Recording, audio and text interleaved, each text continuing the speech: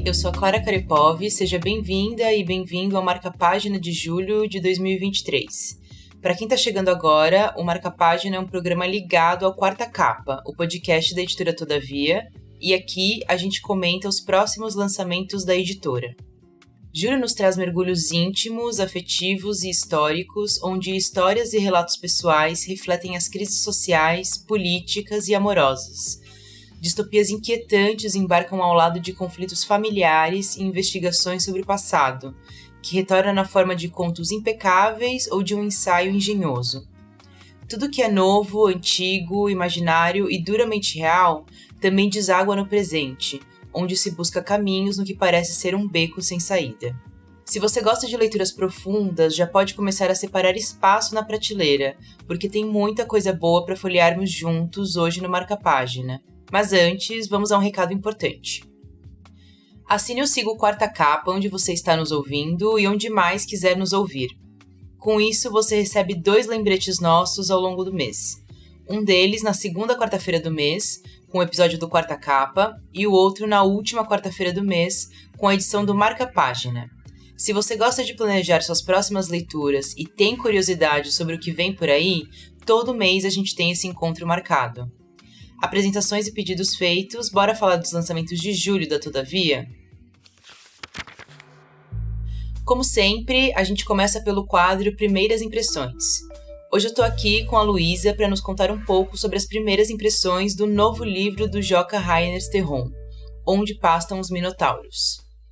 Obrigada por topar falar com a gente sobre o novo livro do Joca Terron, Onde Pastam os Minotauros. Conta pra mim quais que foram as suas primeiras impressões desse livro. Boa tarde, Clara. Obrigada por ter me chamado.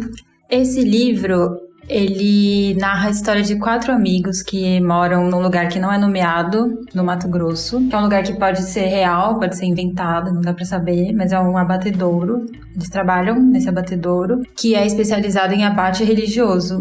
Então segue uma série de regras e diretrizes religiosas para matar os bichos. E aí esses 4 amigos moram lá e são filhos de pessoas que trabalharam com isso, netos de pessoas que trabalharam com isso. E são 3 homens e uma mulher. E essa mulher é a Lucy Fuerza. Ela é a namorada de um dos personagens, e que é o cão, que tá ficando meio doido. E aí eles têm um plano que você não vai sabendo qual é, né? A história do livro, ele é um thriller, que é um plano meio de se vingar dos patrões. Os capítulos são quase segundo a segundo, assim, minuto a minuto, desse plano deles, de como eles vão realizar. Então tem uma coisa super ágil, super legal de ler, você fica super intrigado, super preso na história. A Lucy é uma personagem muito forte, a história dela é muito legal, ela é secretária do batedor, ela está planejando a visita de uma comitiva estrangeira que está vindo fiscalizar esse abate religioso. E ela que tá por trás, assim, de todo o plano que eles vão fazer. E ela tem um sonho de casar com o cão e de fugir dessa vida deles, que tá ali há gerações e gerações de miséria e de desgraça e de obedecer patrão. Então ela é meio revolucionária, assim, mas muito organizada. E ao mesmo tempo o livro tem essa parte super ágil e tem uma parte melancólica, muito bonita, assim, de ler, que é um pouco como os bois que estão presos se sentem. Você não sabe se isso são os bois que estão narrando ou se tá... eu ia perguntar isso sobre o narrador. Quem que narra? É um narrador onipresente? Um narrador em terceira pessoa. E essa parte que pode ser os bois, pode não ser, a gente não sabe, né? Então tem uma coisa muito bonita na prosa, em vários momentos. Uma prosa super inventiva, super joca. E aí, queria que você me falasse um pouco da capa, que foi uma capa que me chamou muito a atenção, assim, porque eu tinha já escutado falar desse livro do Joca, enfim, o nome do Joca também, né? Então, quando você escuta que um livro novo do Joca, você já tem meio uma pré-ideia do que vem por aí, assim, né? E aí, quando eu vi a capa, eu fiquei, nossa, uma capa diferente, assim, do que das outras capas dos outros livros dele, né? Que aqui na Todavia a gente já publicou o A Morte e o Meteoro e o Riso dos Ratos. E essa é uma capa que eu achei ela muito bonita, mas para além disso eu achei uma capa diferente daquilo que eu tinha uma expectativa, assim. Você pode falar um pouco como é que foi isso? Essa capa, uma coisa que me chamou a atenção nela foi que quando voltou da primeira revisão, o revisor comentou assim, o Wendel, ele comentou que capa suculenta. Aí eu fui olhar com calma, porque eu também não tinha prestado atenção nela. E ela simula uma carne crua ali, né? Então acho que é essa referência. E a designer que fez, eu acho que ela usou um papel marmorizado e editou pra ele ficar parecendo com uma carne. Eu tenho a impressão que, assim, é que eu acho que quando eu bati o olho, eu achei, assim, uma capa bonita, meio abstrata. Aí quando eu fiquei sabendo que o romance se passava num abatedouro, aí eu fui olhar com mais cautela, assim, eu falei, cara, isso, tipo, remete ao sangue, assim, sabe? Eu acho que se você não conhece o livro, se você bate o olho, assim, na capa, você não olha e fala sangue. E sobre o título, assim... Então, o livro tem também essa coisa, que tem essa história super ágil, tem essas partes que são meio a consciência dos animais. E tem alguns trechos que são meio ou um passado muito remoto, então tem uma coisa meio mitológica, por isso os minotauros. E uma coisa que é meio sonho também. Então ele tem também essa outra parte, esse outro cenário que é meio fora dessa narrativa, mas ao mesmo tempo dentro, porque parece o mesmo lugar, mas um passado muito remoto, além de tudo. É tipo um livro muito... cheio de camadas. E acho que foi o que me pegou mais, assim. O thriller é super bom, é o que faz você continuar lendo, mas ele tem esses respiros, essas outras partes que são muito imaginativas, muito boas, eu adorei. Obrigada, Lu.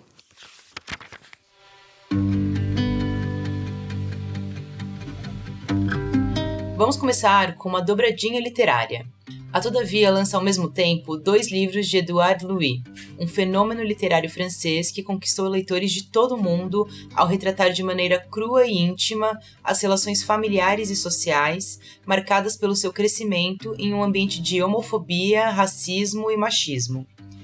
Em sua obra, inscrita em uma tradição que remete a Annie Ernaux e Didier Eribon, a homossexualidade e as injustiças de classe são retratadas através de uma escrita a um só tempo honesta e afiada, marcada por altas doses de crítica social e política. Em Quem Matou Meu Pai, Louis traz uma obra que reflete sobre a relação parental, fraturada pela indiferença, pela vergonha e pelo conflito. As lembranças dos tempos em que a família vivia em uma pequena cidade de interior, marcadas pela frieza do pai homofóbico e autoritário, aos poucos vão se transformando em acusações de classe política, numa crítica direta às formas de opressão, à imobilidade e à desigualdade social. Em sua narrativa, o autor entende que os comportamentos do pai foram gestados a partir de uma ignorância induzida pela realidade em que cresceu, e por isso os poderosos que ditam as políticas de seu país, nomeados e recriminados sem meias palavras, seriam os verdadeiros responsáveis pelo suplício da classe marginalizada a que pertence sua família. Quem Matou Meu Pai é um livro tão breve quanto dilacerante e que mostra Édouard Louis como um autor afiado, que sabe abordar questões sociais sem rodeios, ao mesmo tempo em que fala sobre como a reconciliação e a ternura são armas decisivas para superar os dilemas do nosso tempo.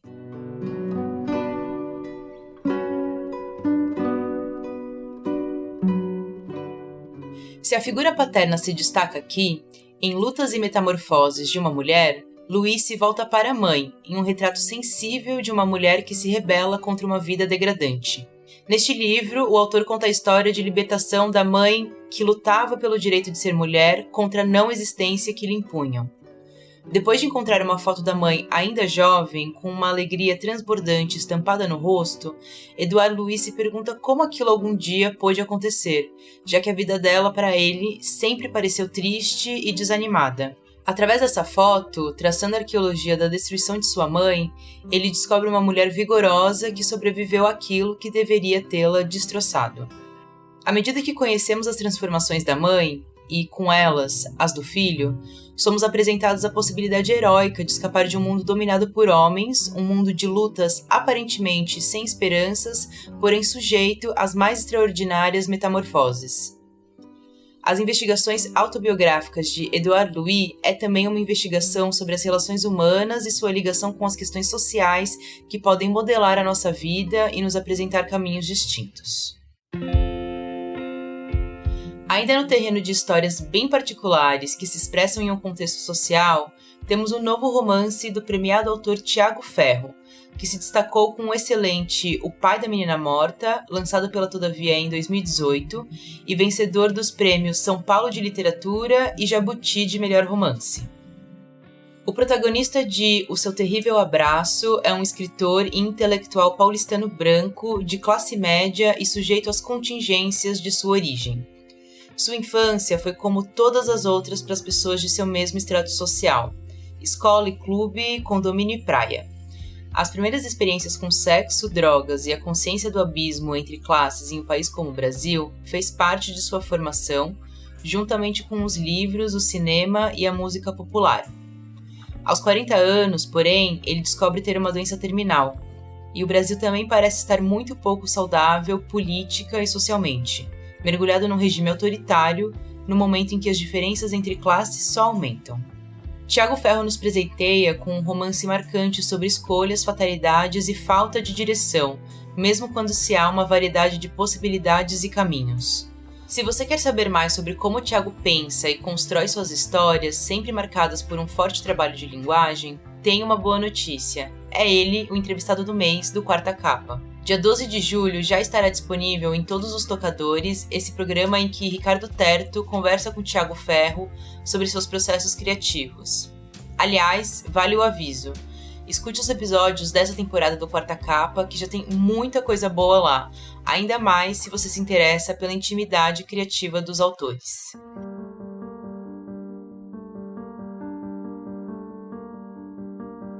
Já falamos de relações familiares atravessadas por um determinado contexto social. Mas e quando, além disso, esse mergulho também é um desafiador encontro com o passado?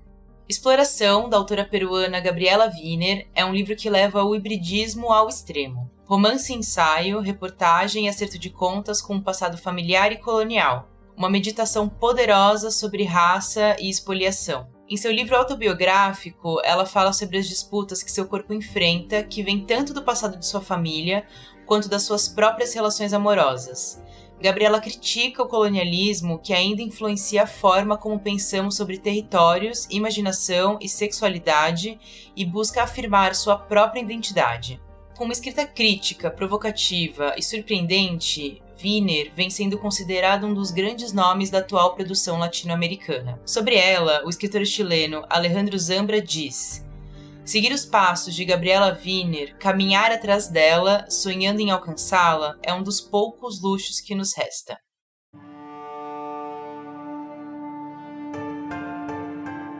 Yoko Tawada, autora de Memórias de um Urso Polar, lança As Últimas Crianças de Tóquio, uma distopia em que a família e o mundo natural são repensados a cada página. A trama é contada a partir de Yoshiro, que já completou seus 80 anos, mas todas as manhãs, muito cedo, ainda vai correr no parque com um cachorro de aluguel. Ele é um dos muitos idosos no Japão e pode viver para sempre, literalmente. A vida de Yoshiro não é tão simples quanto costumava ser. Poluição e desastres naturais marcam a face da terra e mesmo alimentos até então comuns são difíceis de encontrar. Quanto ao Japão, o país se isolou do resto do mundo. Os únicos seres vivos selvagens que restam são aranhas e corvos. A linguagem também começou a lentamente desaparecer. A vida útil das palavras parece ter diminuído. Elas saem de moda depressa e não são substituídas. Os homens agora passam pela menopausa. As crianças ficam tão debilitadas que os pediatras, tomados de desalento e exaustão, começam a se matar. Ainda assim, a única preocupação real de Yoshiro é o futuro de seu bisneto Mumei, que, como outras crianças de sua geração, nasceu frágil e grisalho, muito velho antes de sequer experimentar a juventude. À medida que a vida cotidiana em Tóquio fica mais e mais difícil, uma organização secreta começa um plano audacioso para encontrar uma cura para as crianças do Japão. Uma história onírica de amor familiar e esperança cintilante em meio ao apocalipse do mundo natural. Este romance de Yoko Tawada é um vislumbre delicado do nosso futuro.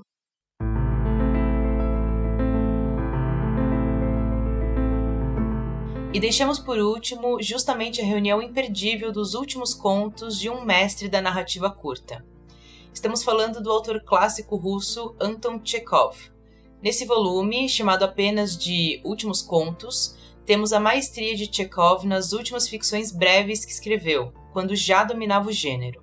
Poucos nomes influenciaram tão profundamente a literatura, de correntes modernistas, pensando em autores como Catherine Mansfield, Raymond Carver e Clarice Lispector, até a literatura contemporânea, como o argentino Ricardo Piglia, que desenvolveu toda uma teoria do conto, em grande parte inspirada na construção das histórias de Chekhov. Apresentando o caldeirão social da Rússia do seu tempo, o conjunto, aqui traduzido por Rubens Figueiredo, traz alguns dos contos mais celebrados do autor russo, como A Dama do Cachorrinho, Um Caso Médico e A Noiva, entre outros exemplos dessa produção dos anos finais do escritor, já combalido pela tuberculose. São textos em que a arte da ficção breve alcança alguns dos pontos mais altos da história literária, e permanecem, ainda nos dias de hoje, como uma janela para sentimentos, sensações e pensamentos demasiado humanos, muitas vezes expressados com um silêncio mais eloquente.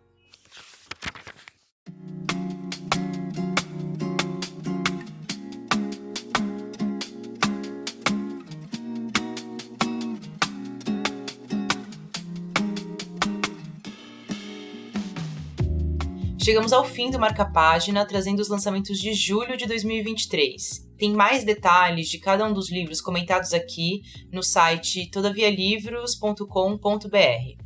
Se você estiver nos ouvindo no Spotify pelo celular, coloca na caixinha de respostas qual lançamento você está com mais vontade de ler. Também estamos de olho nos comentários de vocês nas redes sociais da Todavia. O Marca Página é produzido, editado e roteirizado por Ricardo Terto, é apresentado por mim, Clara Carepoves, que também colaboro com o roteiro. Mês que vem a gente marca outras páginas. Um abraço e até lá!